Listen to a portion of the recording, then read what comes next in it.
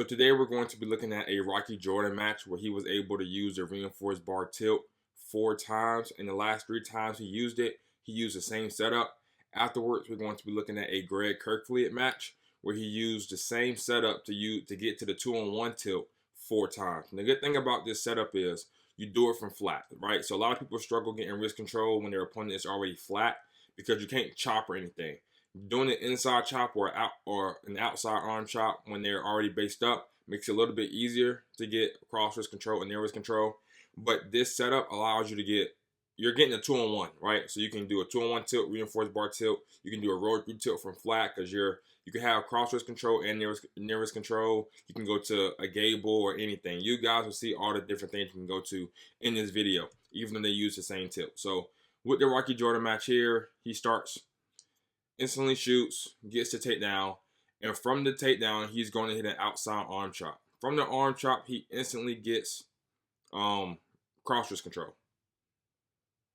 So just to reverse it, slow it down really quickly, he outside chops, he gets cross wrist control.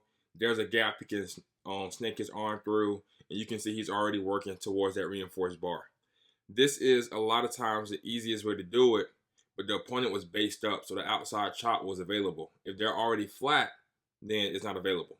So right here, the opponent is flat, and what does he do?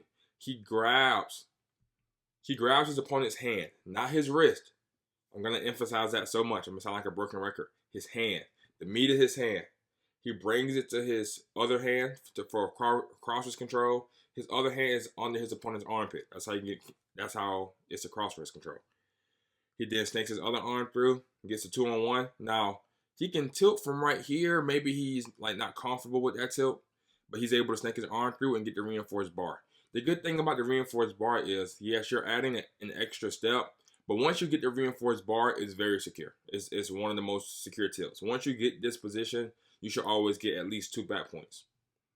So he tilts him, and he's able to get a 4 count, right? So now he's up 10-0 because that's his second reinforced bar tilt. Notice what he's doing here. He's grabbing his opponent's hand. Eventually, he's going to lose control, try to go to a crossface. That's nothing, so he goes right back to it. He's grabbing his opponent's hand, not his wrist, his hand. Brings it to cross wrist control. Snakes under for a 2-on-1. Rolls it underneath. Now, at this point right here, I'm pretty sure he only has a near wrist control. He doesn't have cross wrist control at this point. But he's going to bring it back across for cross wrist control. There's a gap that he can snake his arm through, and he goes reinforced bar tilt. When he's in that position, like you have a guy like Real Woods. If Real Woods get in that position, he has a 2-on-1. Besides snaking his arm through, sometimes he may just do a roll through tilt. So no matter what type of tilt you like, this setup can really help. You can do almost any tilt from right here because you can choose between near wrist control, cross wrist control, 2-on-1, inside, 2-on-1 outside. You have options.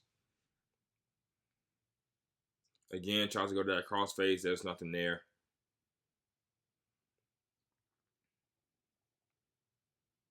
So goes back out to that outside hand control. Doesn't work. And then he's going to eventually go to a head lever. Once his opponent starts posting on his hand more, now this setup doesn't work. So he goes to the head lever. He uses his feet to drive his opponent's body over his wrist.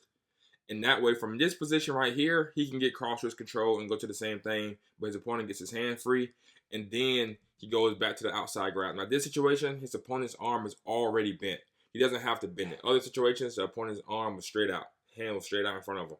This time it was already bent, so he's able to grab the wrist, keep it there, because all he's doing is keeping it there, getting cross wrist control, taking it out, snaking his arm through. Now, from right here in this position here, and this is what I was talking about, he has what he likes to do already. He likes to do this reinforced bar tilt. That's him personally. He could have easily put this on his opponent's back. Easily. I mean, and then obviously you have a whole myriad of moves that you can do from that position. So even if you don't like the reinforced bar tilt for any reason, this setup, you can do so many different moves on top from this setup. But he was, hey, if it's not broke, don't fix it. He was able to consistently get to the reinforced bar tilt from this position. So he feeds it underneath for their cross wrist, gets the reinforced bar, and he's able to get the 16-0 tech. So there's going to be a lot of people who don't click on this video because they ReBar tilt. And I don't do that, so I'm not going to click, not realizing this setup can apply to so many different things. Before I show Greg Kirkfet using the same setup, I wanted to plug Earn Your Gold Academy. It is the #1 tool in the world for learning and teaching wrestling. You get all access to all 10 of my courses, plus access to the Earn Your Gold community, where you get exclusive videos and posts. If you ever heard of Discord or Patreon, it's pretty much that within the system. So the courses are low risk, highly effective takedowns, dominate the top position, other courses that you guys have probably already heard about. I go over Iowa series, nearest series, everything that I have. See, you already see that Greg Kirkfet spam 2-on-1 tilts for 16 points video that I'm going to reference next. You have the bar series. And after I'm showing the technique, you can see the best wrestlers in the world, in the country, also showing these same techniques. So you can know instantly, hey, this move works at the highest level, and the best wrestlers are actually using these techniques. And not only that, but these techniques have been used against the best wrestlers. It's a one-time fee of $100 for a lifetime membership. There's no monthly fee. There's no monthly fee, no yearly fee, anything of that nature. And you also have access to the community. So let's get back to the video, and hopefully I can see you guys in the community soon. So now you have Greg Kirkfet. What does he do? His opponent is flat. He grabs his opponent's hand, not wrist. He's going to bring it across for a cross wrist control. Release the hand, snake underneath for the 2-on-1. Bring it underneath the opponent's stomach, and then he's just going to go straight to the 2-on-1 tilt, which is smarter, especially at heavyweight, because at heavyweight, they may not have the room to, their torso is so big and their arms are so big. I don't think I've ever really seen a heavyweight do a reinforced bar tilt, right? The 2-on-1 tilt is the best tilt for their weight class, in my opinion. So again, we're talking about tilts, not turns. He grabs the opponent's hand. He's going to feed the wrist as a cross wrist. 2-on-1, bring it underneath, same as that tilt. The opponent kind of resists on this one, but he still eventually gets a tilt. Really basic. A lot of people are going to practice this, and the first thing they're going to do is grab the wrist. Attention to detail when you guys are training. You're not watching videos just to watch videos. Outside hand, outside hand. Bring it across to the cross wrist. It's simple. It is simple. They kept using this, kept using it.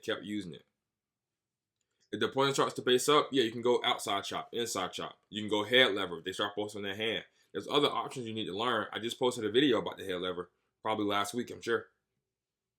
But when they're flat, you can't head lever right here. In this position, you can't head lever. Right? He's on his forearm. And you may not, it may be harder to go underneath and grab near wrist control, because the second he let this hand go, he goes underneath the armpit to just grab near wrist control, the opponent is most likely going to stick their arm out and away from you. So this way you can keep it, have the hand. Now you have cross wrist control. You can control them. And this is the final time he did it. And he ended up winning 18-0. So 2 examples, and this is Greg Kirkfet's freshman year when he was only the 9 seed, right? So 2 great examples of great wrestlers using this setup. If it's not broke, don't fix it. It also highlights the importance of being good at the top position, because you can just do the same thing over and over and over again.